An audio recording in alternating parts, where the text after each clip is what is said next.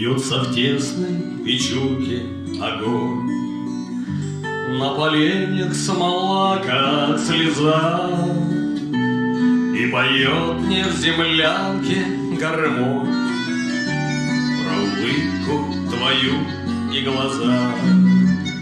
Про тебя мне шептали кусты в белоснежных полях под Москвой. Я хочу, чтобы слышала ты, как тоскует мой голос живой.